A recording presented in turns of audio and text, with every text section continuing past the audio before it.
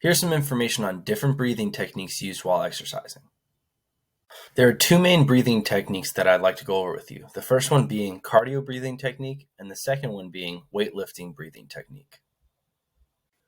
Cardio breathing techniques typically utilize rhythmic breathing, which is when you breathe in a rhythmic pattern where the ratio of breathing in and out matches the pace of the cardio exercise you're doing. For instance, if you are running, you can match the pattern of your breathing to your stride pace. In this case, every time your left foot hits the ground, you breathe in, and every time your right foot hits the ground, you breathe out. With a weightlifting breathing technique, you have two portions to an exercise. You lift the weight one way, and then you lift the weight back to the starting position. And typically you want to inhale on the easier portion, and then exhale on the harder portion. When you're utilizing rhythmic breathing, the one important thing to keep in mind is that it's intensity dependent, meaning that the pace determines the breathing rhythm. For example, if you're sprinting, the intensity is going to be high, so the breaths you take are going to be at a quick pace like this. Every time you step with your right foot, you might breathe in, and then every time you step with your left foot, you might breathe out. However, if your pace was slow and you were jogging, you'd want to breathe in for maybe 2 to 3 steps, and then breathe out for maybe 2 to 3 steps like this.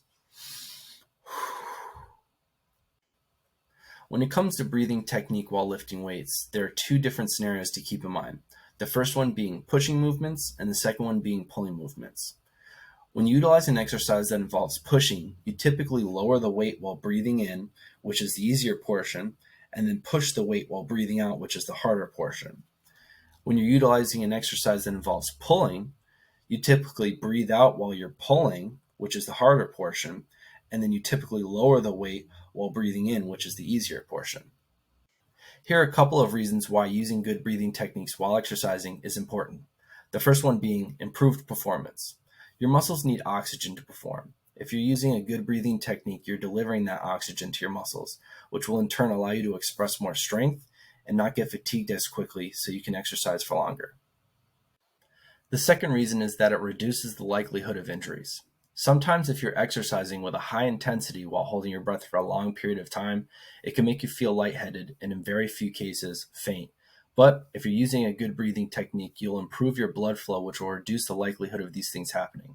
Just keep in mind that feeling lightheaded after a hard set of exercise is normal, and sometimes it just happens and you have no need to fear. The last reason is that it'll help you to make more progress and reach your goals more efficiently.